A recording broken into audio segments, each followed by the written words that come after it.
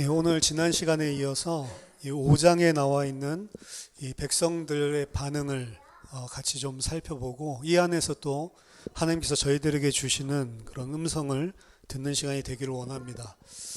바로가 이 모세와 아론이 와서 하나님의 백성들 이스라엘이 광야에 3일길쯤 나와서 하나님 앞에 제사를 드리고 그리고 절기를 지키기를 원한다라는 그 명령을 전달을 했을 때 고분고분하지 않죠. 이 일을 완강하게 반대를 하고 오히려 이 일 때문에 하나님의 백성들에게 더 심한 그런 고된 노동을 하도록 그렇게 명령을 내립니다. 그 일 때문에 이스라엘 사람들이 어려움을 당하니까 그 이스라엘 대표되는 사람들이 오늘 바로를 찾아온 그런 본문입니다. 15절에 보니까 이스라엘의 자손의 기록원들이 가서 바로에게 호소하여 이르되 왕은 어찌하여 당신의 종들에게 이같이 하시나이까. 여기 보면 호소하여 이르되 라고 하는 것이 지난 시간에 말씀드렸지만 부르짖는다 라는 소리죠. 출애굽기 5장에서 정면으로 배치하여 보여주고 있는 것이 하나님과 그리고 바로입니다. 하나님의 자리에 바로가 앉아있는 부분을 지난 시간에 우리가 같이 살펴봤습니다. 하나님이 말씀하여 이르시되 이 선지자적인 포뮬러를 바로의 신하들이 그대로 사용한다고 그랬죠. 그래서 바로가 너희에게 말씀하시기를 선지자적인 그런 포뮬러를 그대로 사용해서 바로가 하나님의 자리에 있는 것처럼 바로의 신하들이 이스라엘 백성들에게 선포하는 모습들을 보여줬습니다. 근데 오늘 이 이스라엘 백성들이 어려움을 당하니까 이들이 누구에게 부르짖냐면 바로에게 부르짖는 거거든요. 라고 하는 거는 제가 한번 설명드렸지만 출애굽기 2장 23절에서 라는 게 나오는데 그 부르짖음이라고 하는 거 그냥 너무 고통스러워서 부르짖는 게 아니고 기도하는 거라고 이야기했죠. 그러니까 고통을 당하고 어려움을 당하니까 이들이 부르짖는데 그 부르짖는 대상이 누구냐면 바로에게 부르짖는다고요. 그러니까 이게 지금 5장에서 보여주고 있는 게 하나님의 자리에 바로가 지금 앉아 있는데 하나님의 백성으로 택함받은 이스라엘 백성들도 고통을 당하니까 누구에게 부르짖냐면 하나님께 부르짖는 게 아니고 바로에게 부르짖는 모습을 15절에 보여주고 있죠. 부르짖는 그 이스라엘의 모습이 사실은 자신의 육신의 문제들 때문에 고통당해서 부르짖고 있는 것이지 사실은 하나님께 부르짖는 그 참된 기도의 모습은 못 갖추고 있는 것들을 이 속에서 우리가 볼 수가 있습니다. 더더군다나 이들은 나중에 보면 바로 앞에 나가서 호소를 하는데 불구하고 바로가 전혀 들어주지 않으니까 우리가 미운 털 박혔구나 나중에 깨닫죠. 그럼 이들이 바로를 찾아갈 때는 어떻게 찾아갔냐면 당연히 바로는 우리의 이 억울한 사정을 모르기 때문에 지금 가만히 놔두는 거지 우리가 지금 이 불합리한 이런 억울한 일을 당하는 것을 만약 바로가 안다면 바로는 반드시 이거를 바르게 잡아서 우리가 행복하게 살 수 있도록 해줄 수 있는 분이다. 이렇게 사실은 착각하고 찾아간 거예요. 그래서 그 앞에서 당당하게 이야기를 하죠. 우리를 이렇게 부당하게 대하시면 어찌입니까? 우리가 이렇게 한 게 아니고 우리는 열심히 일했는데 당신의 그 부하들 애굽 사람들이 우리에게 짚을 주지 않았기 때문에 예전과 같은 벽돌을 수요대로 만들 수 없었던 것입니다. 이거는 우리 잘못이 아니고 당신 백성들 이 애굽 사람들이 잘못한 것입니다. 너무 당당하게 이야기를 하죠. 그 이야기를 하면 바로가 그들을 들어주고 그런 일이 있었냐 짚을 안 줬구나 이렇게 생각을 하고 있는 거죠. 그러니까 이 바로 앞에 나가서 부르짖고 기도하는 이 이스라엘 백성의 심정은 바로가 당연히 우리를 보살펴주고 우리를 이 땅에서 먹고 살게 해주는 하나님과 같은 자리에 있는 자로 착각을 하고 사실 찾아가는 겁니다. 근데 그 부분이 아니니까 이 부분에서 실망을 하게 되는 거죠. 그 라고 하는 이 반응, 이스라엘 백성은 출애굽기에서도 그렇고요. 그리고 사사기에서도 그렇고요. 고통을 당하면 하나님께 부르짖는데 그 부르짖을 때마다 하나님이 찾아오십니다. 근데 중요한 것은 그 부르짖는 부르짖음 자체가 오늘 본문에서 보여주듯이 우리가 고통당하고 우리가 어려움 당하고 있는 그 사실을 깨닫고 자기 자신들이 가지고 있는 죄에서 돌이켜서 하나님께 회개하고 돌아와서 부르짖는 부르짖음이 아니에요. 그 부르짖음은 단순하게 육신적인 어려움을 당하니까 그 육신적인 어려움 때문에 부르짖는 부르짖음입니다. 부르짖는 대상도 하나님이 아닙니다. 이들의 생각에는 누구에게 부르짖고 있는 거냐면 사실은 자신들의 그 문제를 해결해 줄 하나님. 오늘 본문에서는 자신들의 그 육신적인 문제를 해결해 줄 바로 그에게 부르짖고 있는 거지 하나님을 찾는 부르짖음이 절대로 아니라는 거죠.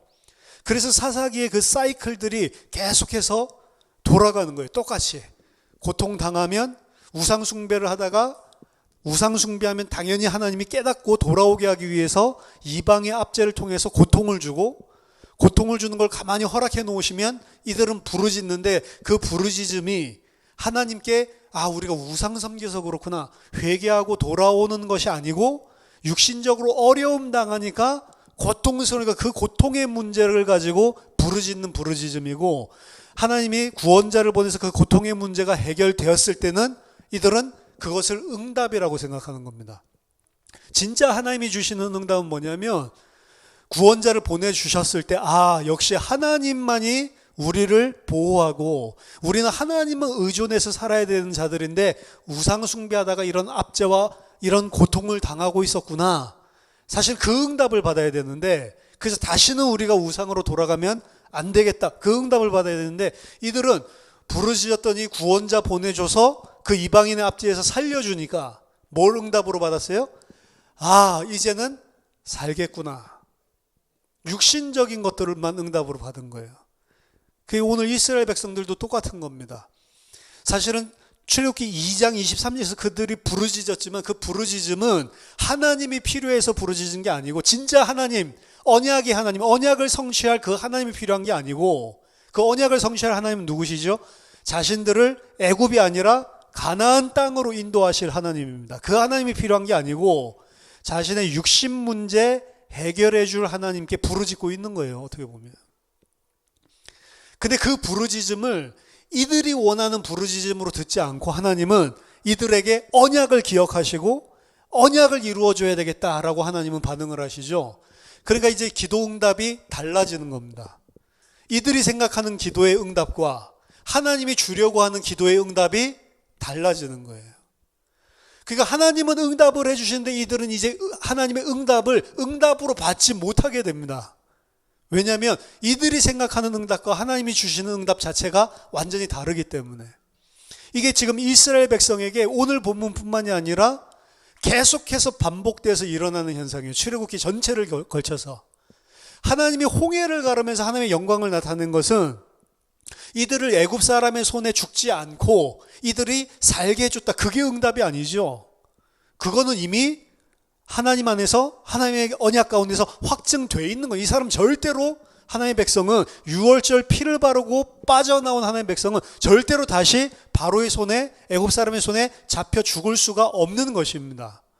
이들은 그 사실을 알지 못하는 거죠. 알지 못하기 때문에 육신적으로 죽을까 봐 고통스러워서 또 하나님께 부르짖은 거고 하나님은 그 부르짖고 있는 자들에게 그 문제는 다 끝났다라는 사실을 보여주죠. 홍해를 가르시고 그들을 전능하신 손길로 건져내시고 애굽 사람들을 전부 다 수장시키십니다. 그럼 그 속에서 이들이 받아야 될 응답은 뭡니까? 우리가 애굽 사람의 손에서 완전히 빠져나왔고 더 이상 이 사람들에 의해서 생명이 좌지우지되는 그런 육신에 속한 사람들이 아니고 하나님의 전능하신 손 가운데 붙들려 있는 자들이구나. 우리는 육신적인 문제 때문에 죽는 자가 아니고 하나님이 완벽하게 함께 하시는 자구나. 근데 우리가 그걸 몰랐기 때문에 홍해 앞에서 두려워하고 애굽 사람을 보고 두려워했구나. 우리는 모든 문제들 가운데서 하나님께서 다 해방하시고 우리에게 문제같이 보였던 그 문제가 더 이상 하나님이 함께하기 때문에 우리에겐 더 이상 문제가 되지 않는구나. 그 사실은 믿음의 그 내용을 응답을 받아야 되는 거예요. 사실 그 믿음이 있어야지만 나중에 가나안을 들어갈 수 있다니까요. 왜냐, 가나안에는 안악자손들이 있죠. 거인들이 있죠. 히타이트들이 살고 있죠. 해족속들, 철기문화 가지고 있는 자들. 절대로 자기 자신의 힘으로는 여리고와 그들을 이길 수가 없는 것입니다. 뭐가 있어야 돼요? 언약의 하나님이 우리와 함께 하시고 육신적으로 보이는 이 상황 환경은 아무것도 아니다라는 그 응답을 홍해에서 받아야 되는 거예요. 그래야지만 그들이 가나안을 갈 수가 있는 거라고. 근데 그 믿음을 못 배우죠. 그들이 생각한 응답은 뭐였냐? 안 죽었구나, 우리가. 홍해에 안 빠져 죽었구나. 애국 사람들 칼에 안 죽었구나. 아, 살았다. 이게 응답이라고 생각한다. 하나님 주신 응답 못 받으니까 당장 사흘 뒤에 물 없으니까 또 죽겠구나라고 하죠.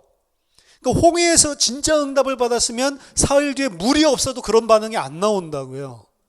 근데 그 응답을 못 받으니까 물이 없으니까 난리를 치죠. 그때 하나님이 물을 달게 해주죠. 그 물을 마시면서 어떻게 해야 돼요? 아, 우리가 또 불신앙했구나. 그 응답을 받아야 되잖아요. 하나님, 우리 죄를 용서해 주세요. 사흘 전에 그 홍해 사건을 보고도 또 우리가 이러고 있었습니다. 그게 응답이잖아요. 근데 어떻게 했어요? 뭘 응답으로 받았어요? 아, 물 달아졌구나. 이제 물 먹고 살 수 있겠구나. 그걸 응답으로 받는단 말이에요. 그러니까 나중에 또 먹을 게 없으니까 어떻게 해요? 와, 우리를 갖다가 다 배고파서 죽게 만들려고 하는구나. 그렇죠? 하나님은 응답을 계속 주시는데 이들은 하나님 주시는 응답을 단 한 번도 받은 적이 없다.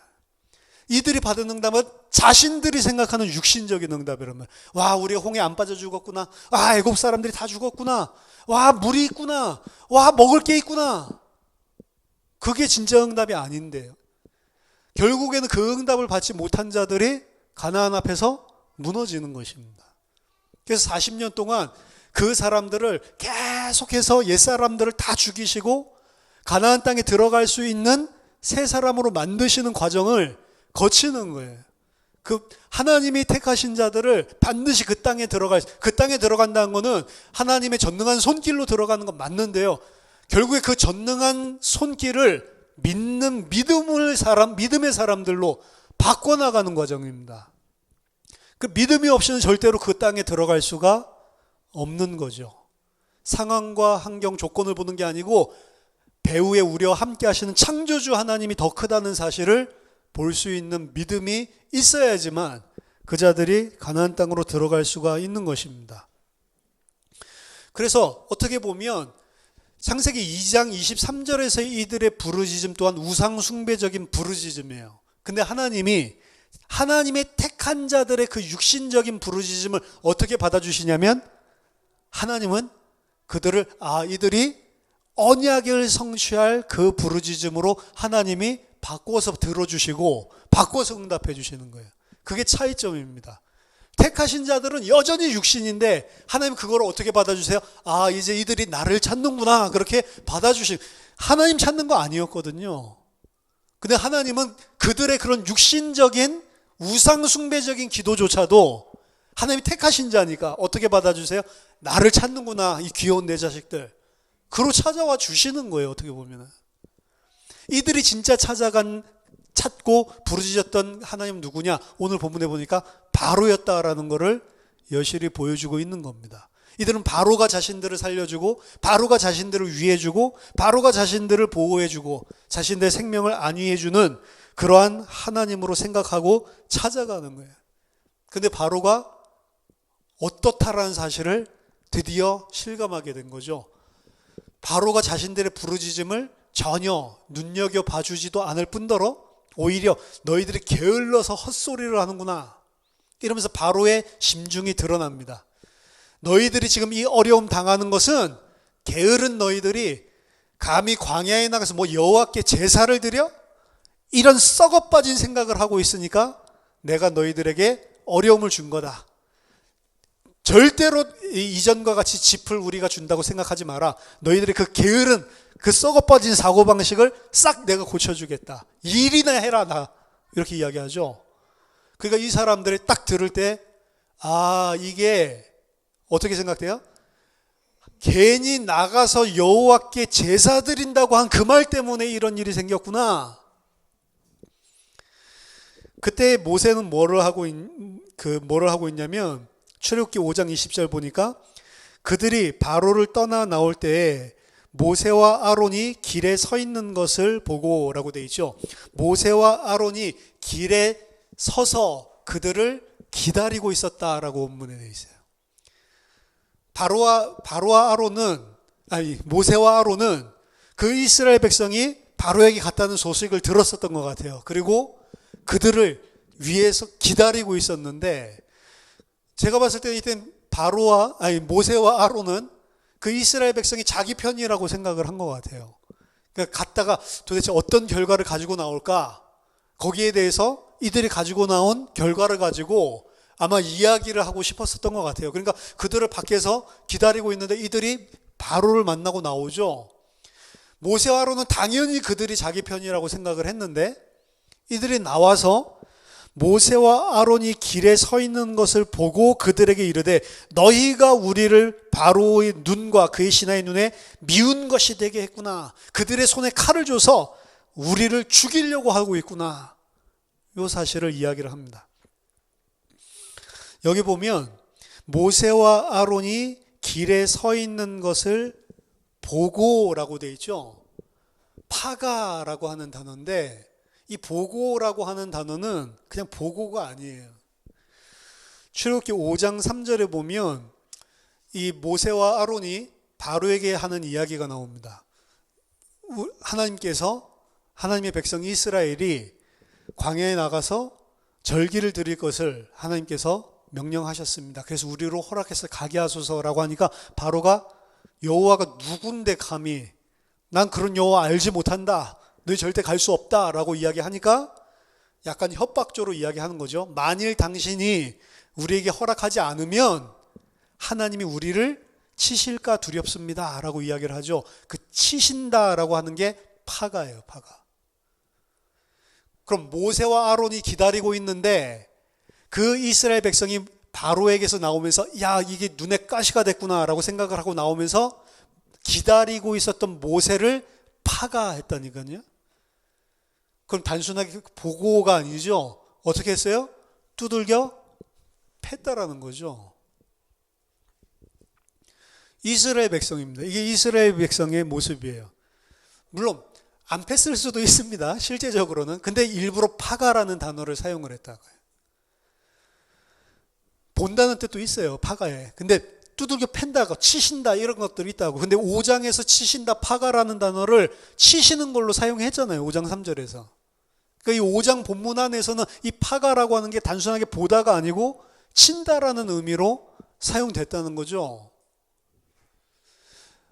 자기 편인 줄 알고 모세와 아론은 기다리고 있었는데 이 모세를 이스라엘 백성들은 두들겨 팬 것입니다. 너희 때문에 우리가 애굽 사람들의 눈에 가시가 됐구나. 우리 미운 것이 됐구나. 너희 때문에 저들이 칼을 가지고 우리를 치는구나 라고 하면서 그들을 두들겨 패는 거죠. 누구 편에 있어요 지금? 바로 편에 완전히 서 있는 거죠. 이들의 영적인 상태입니다. 그러면서 이야기합니다. 여호와는 너희를 살피시고 판단하시기를 원하노라. 이거 판단하시기를 원하노라 아니에요. 원문에 보면 여호와는 너희를 살피시고 너희를 살펴보시고 너희를 심판하기를 우리는 원한다. 원한다라는 이것도 기도문입니다. 그냥 막바로 기도하는 내용이에요. 하나님 살펴주시고 저 모세를 하나님 심판하여 주옵소서, 이 이야기예요. 왜 심판해 달라고요? 이들 때문에 우리가 바로의 눈에 가시가 되었습니다. 이들 때문에 우리가 육신적으로 고통당합니다. 하나님 저 모세를 심판해 주세요. 기도문이라니까요. 저시브로 쓰여가지고, 저시브라고 하는 형태는, 동사 형태는 기원문, 기도에 쓰이는 겁니다. 그래서 영어 성경에서도 저지 심판해달라고 전부 다 해석해놨어요. 한국에만 판단하시기를 원하노라 이렇게 써놨지, 하나님 저들을 지금 심판해 주십시오 라고 이야기를 하는 겁니다. 그들의 심판에 해야 되는 정당한, 그들의 입장에서 정당한 이유는 이스라엘 백성들은 모세 때문에 미운 털이 박혔고 모세 때문에 바로의 손에 칼이 들려져서 자신들을 치고 있다라고 생각을 한 겁니다. 근데 생각해 보세요. 모세 때문에 그들이 고통과 압제를 당했고 모세 때문에 바로의 손에 칼이 있었습니까? 아니죠. 모세 훨씬 이전부터, 모세가 오늘 이 이야기 하기 전부터 이들이 바로가 계속 자기들을 고통스럽게 하니까 너무 힘들어서 부르짖고 있었잖아요. 사실은 모세 또한 태어날 때부터 그 바로의 칼에 죽임을 당할 뻔한 자였습니다. 그들과 똑같이 바로 때문에 압제를 당하고 바로의 칼에 의해서 태어났을 때 남아 살해 사건, 그 가운데서 극적으로 살아난 자가 모세잖아요, 사실. 모세가 그들의 손에, 바로의 손에 칼을 쥐어준 것이 아니고 모세 또한 그 압제와 고통과 위협을 그들의 편에서 동일하게, 이스라엘 백성과 함께 동일하게 그 어려움을 함께 당했던 자가 모세입니다. 모세는 이 문제를 일으킨 장본인이 아니고 이 구원자로 하나님께서 세우신 모세는 이스라엘 그들과 함께 또 동일한, 똑같은 고통 속에 동참을 하고 있었던 그런 구원자란 말이죠. 그런데 그들은 전혀 그 구원자를 구원자로 인정하지 않고 이 구원자 때문에 우리가 고통당한다 해서 하나님 저 구원자를 심판해 주세요라고 이야기를 하고 있는 것입니다. 이게 많이 본 이야기죠. 모세 이야기가 아닙니다, 사실은. 이게 예수 그리스도 이야기를 하고 있는 겁니다. 하나님이 구원자로 보내셨는데 하나님께서 구원자로 보내신 그 구원자가 하나님이 택한 백성, 바로는 두말할 것도 없고요. 바로뿐만 아니라 하나님이 택한 자기 백성들이 봤을 때에도 어떻게 보이냐면 저는 심판을 받아 마땅하다라고 보게 된단 말이에요. 그게 이사야서 53장에서 보여주고 있는 구원자의 모습입니다. 이사야서 53장 2절부터 6절까지 보면 그는 주 앞에서 자라나기를 연한 순 같고 마른 땅에서 나온 뿌리 같아서 고운 모양도 없고 풍채도 없은즉 우리가 보기에 흠모할 만한 아름다운 것이 없도다. 그렇죠? 모세가 만약에 엄청난 왕권과 엄청난 군권을 가지고 바로를 갖다가 굴복시키는 모습으로 나타났다면 이스라엘은 단 한 번도 이런 짓을 하지 않았을 겁니다. 그렇죠? 엄청난 군대를 갖다가 딱 이끌고 와서 바로 앞에 망토 두르고 황금 홀 쥐고 올라가서 바로에게 명령하니까 벌벌벌 떨면서 그 군사들 무서워서 무릎 꿇고 제가 잘못했습니다. 이런 식으로 이야기를 했다면 이스라엘 백성 어떻게 생각? 할렐루야 생각했겠죠? 근데 왜 하나님이 이런 모습으로 보내냔 말이에요. 만약 그런 식으로 모세가 구원자로 나타나고 예수 그리스도가 구원자로 나타났다면 그들은 그 구원자가 어떤 구원자라고 생각해요? 자신의 육신 문제 해결해 주는 구원자란 말이에요. 우상 같은 자신들이 여태까지 섬겨왔던 그 육신의 하나님, 가짜 하나님, 우상의 하나님이란 말이에요. 그 하나님 섬기는 거 아니죠? 내가 필요한 것 챙겨주는, 내가 필요한 것 전부 다 나에게 갖다 바치는 우상과 같은 하나님이 되어버리는 거죠. 그래서 진짜 믿는 자만, 진짜로 하나님께서 하시는 일이면 순종하고 무릎 꿇을 수 있는 자, 진짜 내가 이 세상의 것, 육신의 것이 아니고 하나님만 필요하다라고 하는 자만 올 수밖에 없도록 감춰져서 오시는 겁니다, 이 구원자가. 세상의 가치 기준과 세상의 기준을 가지고 육신의 가치 기준을 가진 사람은 절대로 그 하나님 앞에 나올 수 없도록, 세상 사람들이 알지 못하도록 흠모할 만한 것이 하나도 없고 아름다운 풍채도 지니지 않고 그 사람을 바라보고 야, 나 저분 따라가면 되겠구나, 이런 모습으로 안 나타나는 것입니다. 예수님이 그런 모습 잠깐 보여줬죠. 오병이어를 보여준 모습은 뭡니까? 내가 바로 하나님의 아들이다, 이거 보여주려는 건데, 내가 바로 그리스도다, 이거 보여주려고 하는 건데, 오병이어 쳐다보니까 이 사람들은 예수를 어떻게 믿어요? 아, 빵 주는 분, 그게 우상이라니까요. 그런 하나님으로 오면 다 따라간다니까. 그가 그런 모습으로 안 오는 거예요. 아무 힘없는. 그래서 내가 너희들 빵 주려는 게 아니고 내 살을 주려고 온 거다, 이런 막 이상한 알지 못할 소리 하니까 전부 다 떠나버리죠. 그걸로 사는 게 아니다, 사람이.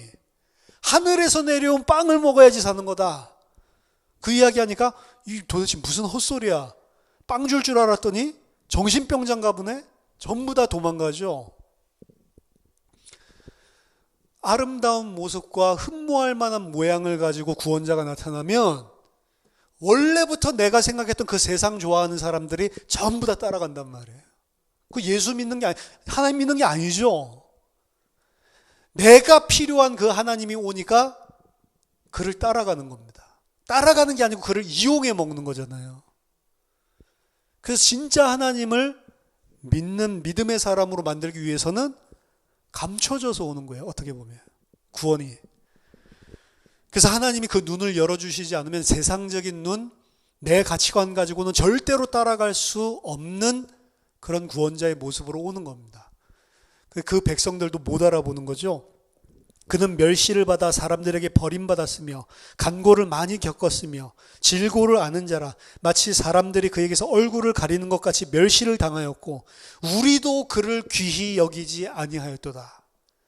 이 사람들 객관화시켜서 이야기하다가 이방인들 이야기하는 게 아니죠. 우리도 그렇게 했다. 오늘 이스라엘 백성도 그러고 있는 거죠. 그는 실로 우리의 질고를 지고 우리의 슬픔을 당하였거늘 우리는 생각하기를 그는 징벌을 받아 하나님께 맞으며 고난당한다 하였도다. 그가 찔림은 우리의 허물 때문이요 그가 상함은 우리의 죄악 때문이라. 그가 징계를 받음으로 우리는 평화를 누리고 그가 채찍에 맞음으로 우리는 나음을 받았도다. 우리는 다 양 같아서 그릇 행하여 각기 제 길로 갔거늘 여호와께서는 우리 모두의 죄악을 그에게 담당시키셨도다. 예수 그리스도가 십자가에서 죽는데 그때의 복음서의 반응들, 불신자들 포함해서 모든 유대인들, 하나님의 백성이라고 하는 사람들까지도 다 손가락질하고 당연히 저가 죽어 마땅하다라고 생각을 했고 저는 자기가 지은 그 죄 때문에 죽어야 된다라고 다 생각하고 있어요. 근데 하나님은 그 사람들의 죄를 그에게 담당시키고 있는 장면이었다니까요. 이사야서 53장 12절에 그가 자기 영혼을 버려 사망에 이르게 하며 범죄자 중 하나로 헤아림을 받았음이니라. 그러나 그가 실상이죠 많은 사람의 죄를 담당하며 범죄자를 위하여 기도하였느니라. 그래서 예수님이 십자가에 못 박아 죽으실 때 그 못 박아 죽는 처형 그 심판 내리는 장면들을 보면 그래서 아이러니가 등장을 하는 겁니다.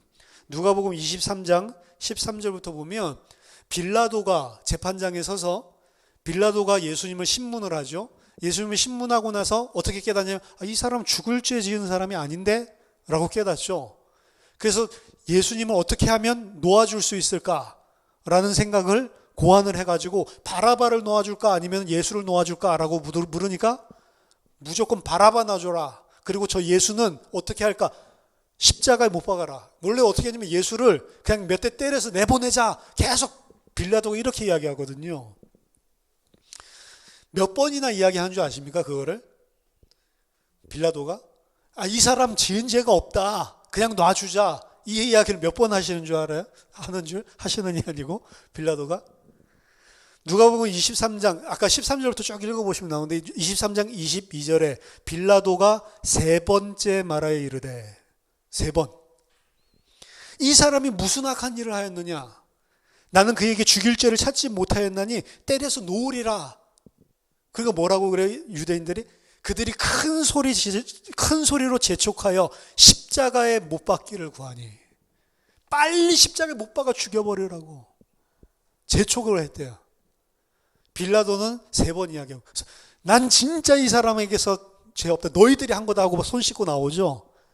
근데 우리는 사도신경 할 때 계속 본디오 빌라도에게 십자가에 못 박혀 죽였다고 하는데 사실 본디오 빌라도는 별 죄가 없어. 어떻게 보면 나쁜 놈들 누구예요? 자기 백성들. 그렇죠? 본디오 빌라도 이야기하는 거는 역사적으로 폰티우스 필라토스가 있었으니까 그 빌라도 때에 그 사건이 역사적으로 있었다라는 사실을 이야기하는 거지. 본디오 빌라도가 죽인 거는 아닙니다, 사실은. 빌라도도 죄인이기 때문에 죽였지만 그래서 유대인들이 전부 다 예수를 재촉해서 십자가에 죽이라 죽이라, 이방인 오히려 그를 놓아주려고 3번이나 그들에게 부탁을 했다니까요. 부탁하는 것 중에서는 너희들이 좋아하는 그 사람을 놔주는 관례가 있지 않냐, 이래가지고 예수와 바라바를 앞에 세우고 누구 놔줄까? 그러니까 바라바 놔줘라. 바라바는 강도고 살인한 자라고 이야기했는데 그 사람 놔주라는 거죠. 그거보다 예수가 더 악하다라고 생각하는 거죠. 유대인만 그렇게 했습니까? 예수님 십자가에 달릴 때 대표자로 베드로가 그래 등장하는 거예요. 유대인만 예수님을 죽이라고 3번 부인한 게 아닙니다. 예수님의 가장 수제자였던 베드로도 예수님을 3번 부인하죠. 그 마지막 부인할 때는 3번째에는 예수를 저주하면서 부인했다라고 이야기를 합니다. 예수의 모든 제자들도, 그리고 예수를 따랐던 그 수많은 사람들도 예수님 체포당하고 예수님이 심판당하니까 전부 다 제각기 자기 갈 길로, 양이 오늘 자기 갈 길로 간다듯이 다 흩어졌죠. 예수님 따라서 이 마가복음 보면 마가도 예수님이 심판 받기 위해서 재판하기 위해서 따라갈 때 혼입을만 둘러쓰고 쫓아가죠. 그러다가 자기 자신도 너 예수당 아니냐, 자기 자신도 잡힐까 봐 어떻게 해요? 나중에 그 혼입을 벗어두고 빨가벗고 도망가죠. 그 왜 혼입을 입고 안에 빨가벗은 채로 갔냐? 그것도 이제 의미가 있지만 영적으로 빨가벗은 채로 예수 버리고 도망가죠. 근데 그 예수는 사실 그 벌거벗은 그 죄인 마가를 구하기 위해서 그에게 옷을 입혀주시기 위해서 온 분인데, 자기 혼입을 둘러쓰고 예수 쫓아가다가 자기 육신적으로 죽을 것 같으니까 벗어두고 그 옷 입혀줄 예수를 부인하고 도망가. 모든 제자들과 베드로까지도 다 예수를 3번 부인하고, 3번이란 건 1번, 2번, 3번 이 말이 아니고 철저하게 완전히 부인했다는 이야기예요. 이런 자들을 위해서 기도를 했다. 이사야서 53장 12절에 예수님이 십자가에서 실제로 기도하시죠. 이에 예수께서 이르시되 아버지 저들을 사하여 주옵소서 자기들이 하는 것을 알지 못함이니이다. 우리는 계속해서 부인하는데 끝까지 우리를 위해서 기도해 주시는 그 구원자의 모습을 보여주고 있는 것입니다. 이거를 모세가 선언적으로 다 체험을 하는 거예요.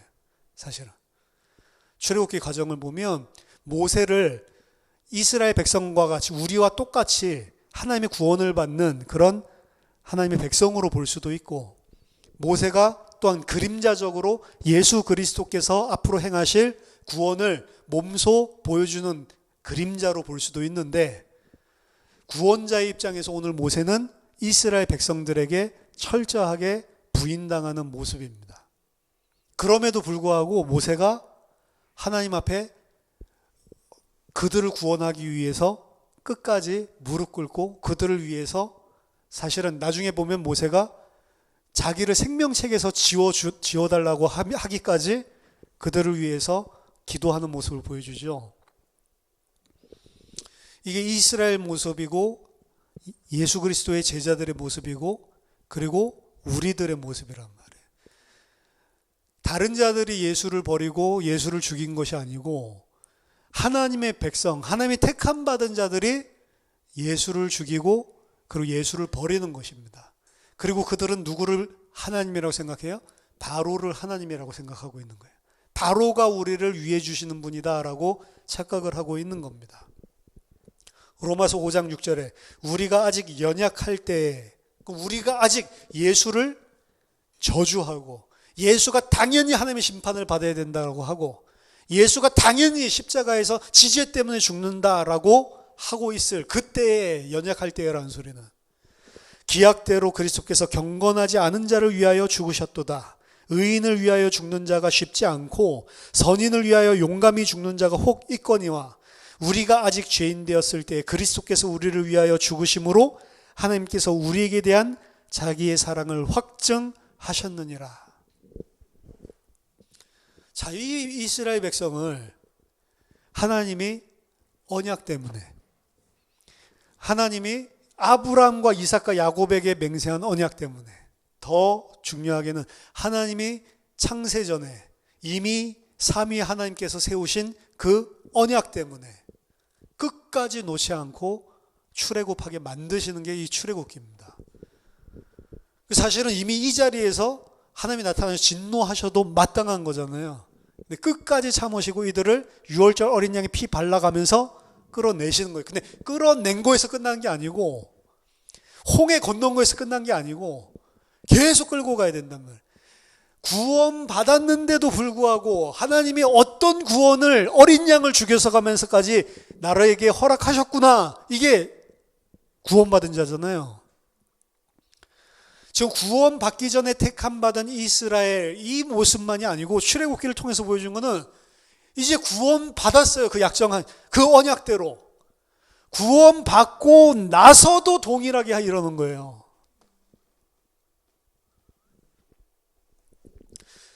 신약 성경에 있는 바울의 서신서들을 보여주면 사실 이 모습을 명확하게 보여주는 겁니다. 구원을 받아놓고도 여전히 주님을 배반하는 교회, 구원을 받아놓고도 여전히 예수를 십자가에 못 박는 교회의 모습을 보여주고 있는, 그런데도 참아주신다니까. 우리가 몰랐을 때 그런 거 참아줬다, 이거는 이해가 되잖아요. 근데 알았고 그 큰 구원을 받았고 감사하다고 하고 너무 기뻐하다고 해놓고 이거밖에 없다라고 하는 그게 진리라는 걸 알았는데도 불구하고 또 십자가에 못 박아 죽이는 거예요. 그게 우리라니까요. 그러니까 이게 나중에 주님 앞에서 우리가 모든 지식이 밝아지고 하나님의 어떤 은혜와 사랑을 베풀었는지 알 때에는 아무 할 말이 없이 찬양과 감사와 영광 돌리는 것밖에 할 수밖에 없는 거예요. 하나님의 백성들은. 왜? 죄 때문에. 예수 믿기 전에 죄가 아니고 예수 믿고 나서도 똑같이 한다니까요. 사실은 바울의 서신서들은 전부 다 불신자에게 준 메시지가 아니고 교회에게 보낸 교회 서신서들, 교회에게 보낸 메시지들입니다. 교회가 잘했기 때문에 칭찬하는 내용이 아니에요. 서신서들은.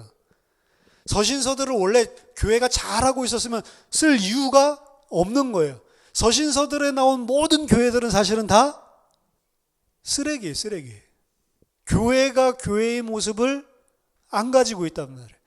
하나님의 성도라는 사람들 분명히 구원 받은 것 같은데, 분명히 구원 받았는데 그 구원이 뭔지를 모르고 또다시 옛사람으로 있고 또다시 하나님을 대적하고 또다시 예수를 십자가에 못 박는 그 일을 하고 있는 자들이에요. 왜? 모르니까. 구원을 받았는데도 진짜 하나님이 누구신지를 모르고 진짜 나에게 베푼 그 은혜와 사랑이 뭔지를 모르니까 또 원수짓을 하고 있는 교회들에게 안타까워서 바로잡기 위해서 보내준 편지가 사실 서신서들입니다. 그래서 어떻게 보면은 초대교회로 돌아가자라고 하는데 돌아갈 만한 교회가 없어요. 뭔 초대교회가 다 이 서신서 받은 교회들인데. 그렇죠? 그 초대교회들 또한 우리랑 똑같아요. 어떻게 보면. 초대교회로 돌아가는 게 아니고 그냥 성경에 있는 진리로 돌아가는 게 맞는 거지. 초대교회로 돌아간다고요? 초대교회가 얼마나 사악한 줄 압니까? 순교마저도 내 자신의 믿음을 뽐낼, 내 자신의 명예와 가치를 올려줄 수단으로 사용한 사람들이 있었다니까요. 순교받은 사람들, 순교당한 사람들, 그들 믿음 대단하다 이거 보고 야, 나도 저런 말은 좀 들어야 되는 거 아닌가? 이래서 일부러 순교당하기 위해서 막 간다니까요. 로마 시대 때 있던 순교가 이 전방위적으로 모든 기독교 말살시키고 그거 아니었습니다. 지역적으로 그 지역 다스리고 있는 그 정치인들 있죠. 그 사람들 색깔에 따라서 간헐적으로 스포레딕하게 그렇게 일어난 거였지 전방위적으로 기독교에서 싹 다 죽여라 이거 아니었다니까요. 황제에 따라서 조금 이 어려움을 많이 당한 사람도 있고 어려움 좀 적게 준 사람도 있고 황제에 따라서도 틀리고 지방 행정관에 따라서도 틀리고 다른 데 막 순교했다고 막 이런 소식이 들려와. 근데 우리 행정관은 아무도 순교 안 했어. 그럼 내가 이 지역에서 최초 순교자 돼야 되겠다. 이래가지고 찾아가면 나 예수 그리스도 믿는 자들 나도 죽여봐 임마. 그렇게 죽는 사람들이 있었다니까요, 역사적으로. 그래서 포교령을 내리죠, 교회에서. 일부러 순교당하는 자는 순교 아니다. 그 자는 오히려 그리스도를 대적하는 악한 악인이다. 그거 믿음 아니다. 그 맞는 말이죠. 그 신자가 하는 게 아니죠. 자기 자신의 영웅심, 명예심, 자기 가치를 올리기 위해서 나도 죽여라 하는 의협심 뭐 이런 거예요. 아니란 말이에요. 그 믿음이. 잘못된 부분을 교정하기 위해서 보낸 편지들입니다. 근데 그 내용들이 전부 다 오늘 이 내용들이에요, 사실은. 하나님이 택한 백성이 하나님이 택한 구원자를 심판하기를 원합니다. 기도하고 있는 거예요. 모세가 만약에 거기서 벼락 맞고 죽었으면 그들 어떻게 생각했을까요? 야, 당연히 죽을 놈 죽였구나. 하나님이 살아계시구나. 이렇게 생각했겠죠. 예수님 십자가에 죽을 때 사람들이 어떻게 생각했을까요? 야, 당연히 죽일 놈이 죽었구나. 지가 무슨 하나님의 아들이야. 지가 무슨 메시아야. 이러고 있었겠죠. 모세는 죽지는 않았는데 예수님 죽었잖아요. 빌립보 교회의 바울이 그래서 이렇게 이야기하는 겁니다. 빌립보서 3장 18절. 내가 여러 번 너희에게 말하였거니와 이제도 눈물을 흘리며 말하노니. 너희에게 말하는 겁니다. 여러 사람들이 그리스도의 십자가의 원수로 행한, 이 여러 사람들은 이방인 이야기가 아니에요. 교회 안의 사람들입니다. 여러 사람들이 그리스도의 십자가의 원수로 행하고 있다. 그들의 마침은 멸망이요, 그들의 신은 배요, 영광은 그 영광은 그들의 부끄러움에 있고 땅의 일을 생각하고 있는 자다. 그러나 우리는 진짜 우리가 구원받았다면 우리의 시민권은 하늘에 있는지라. 거기로부터 구원하는 자 곧 예수 그리스도를 기다리노니 그는 만물을 자기에게 복종하게 하실 수 있는 자의 역사로 우리의 낮은 몸을 자기 영광의 몸의 형체와 같이 변하게 하실 것이다. 구원받았다라고 하는데도 아직도 땅의 것을 바라보고 있냐? 너희들이 여전히 십자가의 원수로 행하고 있구나. 난 그 사람들을 위해서 눈물을 흘린다. 골로새 교회에 준 편지입니다. 골로새 3장 1절. 너희가 그리스도와 함께 다시 살리심을 받았으면 위의 것을 바라봐라. 위의 것을 찾으라. 거기는 그리스도께서 하나님 우편에 앉아 계시느니라. 위의 것을 생각하지 말고 위의 것을 생각하고 땅의 것을 생각하지 말라. 이는 너희는 죽었고 너희 생명이 그리스도와 함께 하나님 안에 감추어졌습니다. 그러므로 땅에 있는 지체를 죽여라. 곧 음란과 부정과 사욕과 악한 정욕과 탐심이니 탐심은 우상숭배니라. 하나님의 백성이 가져야 될 가치관, 분명히 구원받을 때 그 가치관을 분명히 그 은혜를 줬는데도 불구하고 이 땅 살아가는 동안 또다시 땅의 가치관으로 돌아가서 그리스도의 원수짓을 하고 우상숭배하는 일을 하고 있는 교회들에게 주는 편지란 말이에요. 너희들이 정말로 이 구원이 무엇인지를 알고 진짜 가치가 뭔지를 아냐? 그러면 땅의 것을 찾지 말고 위의 것을 찾는 자들이 되라. 에베소에 준 편지입니다. 에베소 4장 21절에서 24절.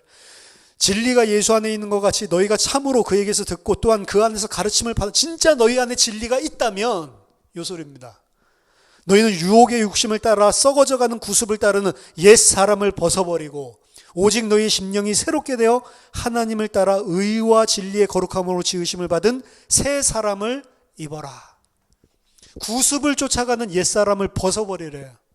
에베소서 2장 2절에서는 그때 너희가 공중권세 잡은 자에 따랐으니, 그렇죠?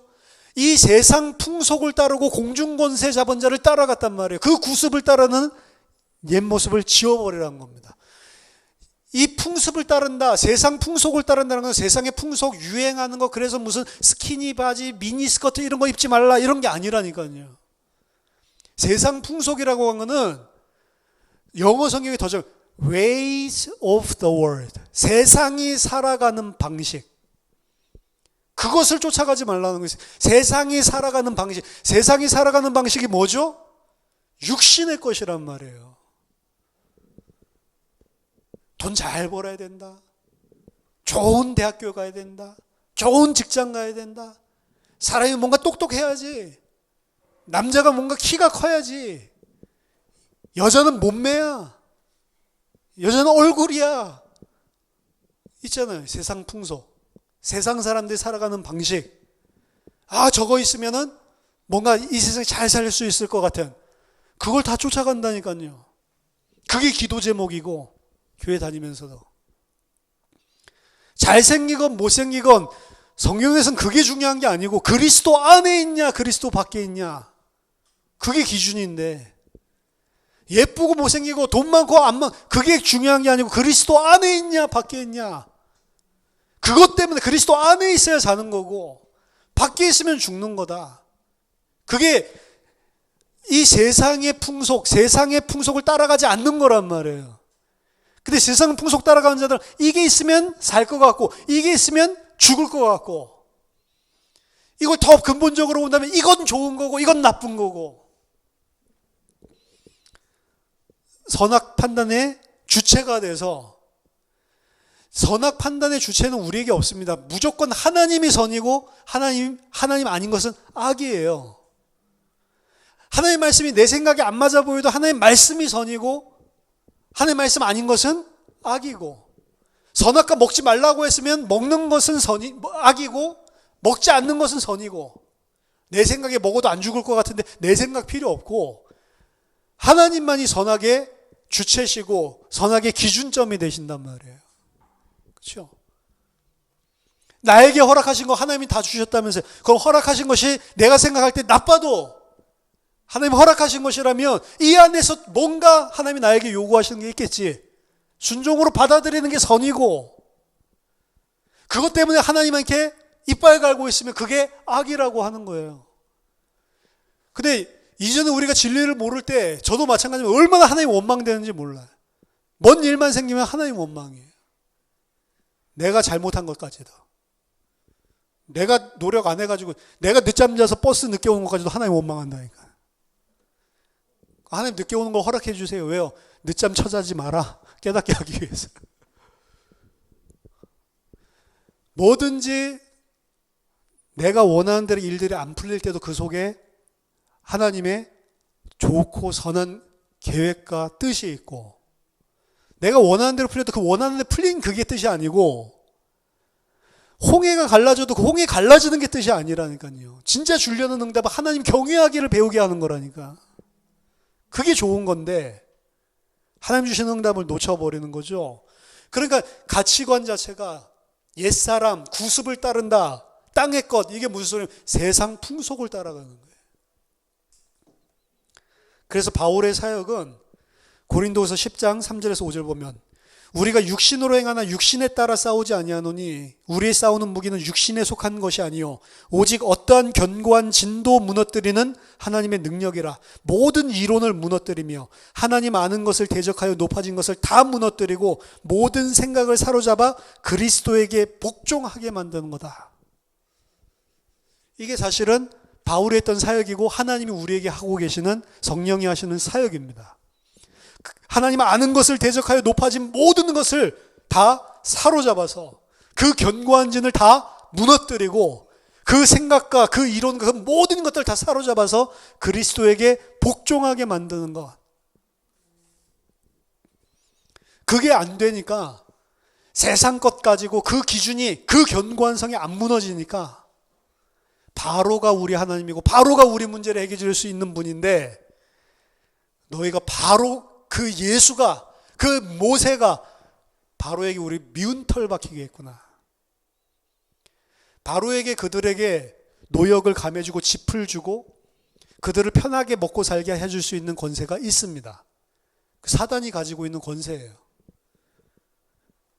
예수님 시험 당할 때 보면 사단이 이 세상의 모든 권세를 나에게 줬다라고 이야기했는데 그 거짓말이 아닙니다. 예수님에게 이야기해, 나에게 절하면 모든 것 다 주겠다.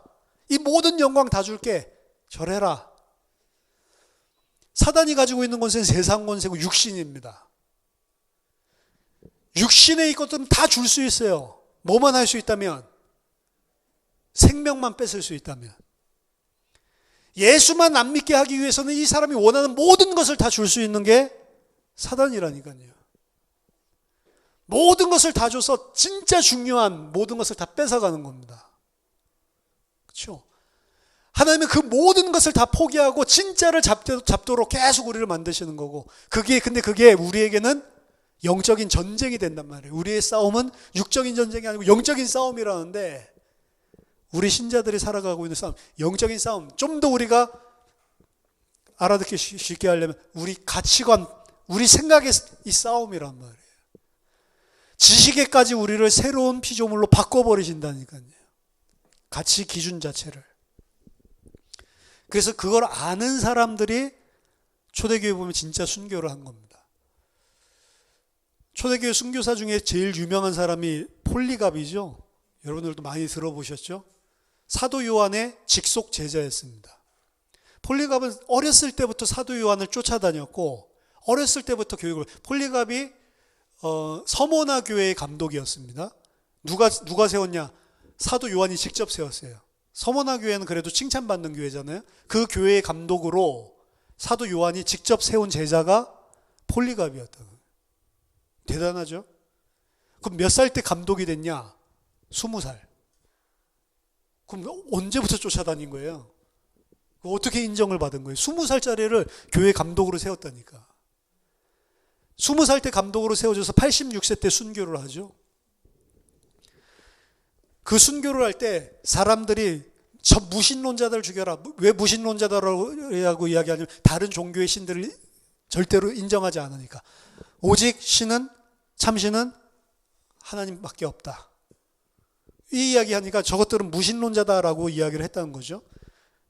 로마의 다른 신들을 숭배하지 않는 저 폴리갑을 잡아 죽여라. 저게 우두머리다. 이래서 잡아 죽이려고 로마 병사들을 갖다가 이 집정관이 끌고 왔는데 보니까 86살.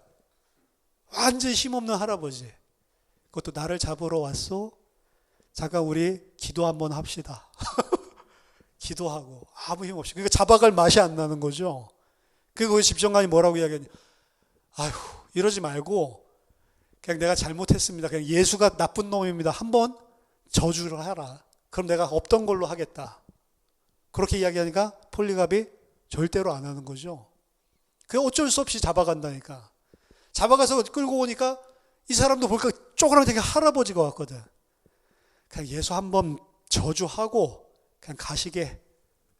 절대로 안 하는 거죠. 나중에는 열받아가지고 그러면 모든 짐승들과 그리고 너 저 장작더미 올려서 불질러서 죽여버린다. 그때 폴리갑이 했던 겁니다. 내가 80년 넘도록 평생을 예수 그리스도를 섬겼는데 그 예수 그리스도 우리 주님은 단 한 번도 나를 버린 적이 없으시다. 어떻게 내가 그분을 버리고 욕할 수 있겠냐? 나 죽으면 죽었지? 그럴 수 없다. 너희들이 내 몸과 육신은 불로 태워서 죽일 수 있을지 모르겠지만 영원히 꺼지지 않는 그 지옥의 형벌은 그분이 내리시는 거고 오히려 너희들이 그 불을 피하지 못할 것이다. 난 예수 그리스도와 함께 죽겠다라고 이야기를 하죠. 그리고 하나님 마지막 기도가 저에게 이 순교자의 반열에 설 수 있는 은혜를 주신 것을 너무나 감사드립니다. 주님, 이 어려운 장을 받을 수 있는 힘을 나에게 허락해 주시고 당신의 이름의 영광 받으시옵소서. 그러고 죽는다니까요. 이게 하나님의 백성이라니까요. 이거를 폴리갑에게만 하시는 게 아니고 우리에게 다 하시려는 거예요. 우리에게 다 하시려고 하는데 우리 이 모습으로 하나님이 계속 끌고 가시는데 우리는 이 모습으로 계속 성장해 나가는 것인데 지금 우리 안에 너무나 오늘 출애굽기 이스라엘 모습이 많은 거죠. 도리어 바로를 찾아가고 바로에게 부르짖으며 예수 그리스도를 멸시하는 일을 그 일을 초대교회의 교인들이 성도들이 하고 있는 거죠. 그리고 오늘날 우리들이 하고 있는 것입니다. 저희들이 오늘 본문을 보면서 이들이 했었던 기도 제목을 보세요. 이들이 한 기도 여호와께서 너희를 심판하시기를 원하노라. 여호와께서 예수 그리스도를 십자가에 못 박아 죽이기를 원하노라. 이게 기도 제목이. 이게 육신을 쫓아가는 우리가 늘 하고 있는 기도라니까요. 안다면 우리가 돌이킬 수가 있는 겁니다. 안다면 우리가 그 죄와 그럼에도 불구하고 우리를 놓치지 않고 끝까지 그 길로 인도해 나가신 하나님께 무한 감사할 수밖에 없는 것입니다. 예수를 십자가에 죽이고 죽이면서도 그가 처형을 받아 마땅하다 하던 우리가 죄인 되었을 때 우리를 택해 주시고 우리를 위해 십자가에 죽으심으로 하나님의 백성으로 삼아 주시고 백성 삼아 줬는데도 불구하고 여전히 예수를 십자가에 못 박는 우리를 끝까지 인도해서 가나안 땅으로 인도해 주신 하나님의 은혜 사랑 알고 성숙한 참 하나님의 백성으로 지어져 가기를 예수 그리스도 이름으로 축원합니다. 기도하겠습니다. 하나님 아버지 은혜를 감사드립니다. 늘 죄악되는 우리, 늘 예수를 십자가에 못 박아 죽이는 우리를 하나님 자녀라, 하나님의 아들이라, 나의 사랑하는 자라 택하시고 저버리지 않으시고 끈질기게 우리를 붙들고 하나님의 아들로 만들어 가시는 그 구원의 은혜와 사랑에 무한 감사를 드립니다. 하나님 그 은혜를 아는 자로 살 수 있는 은혜를 오늘 허락하여 주시옵소서. 예수 그리스도 이름으로 기도하옵나이다. 아멘.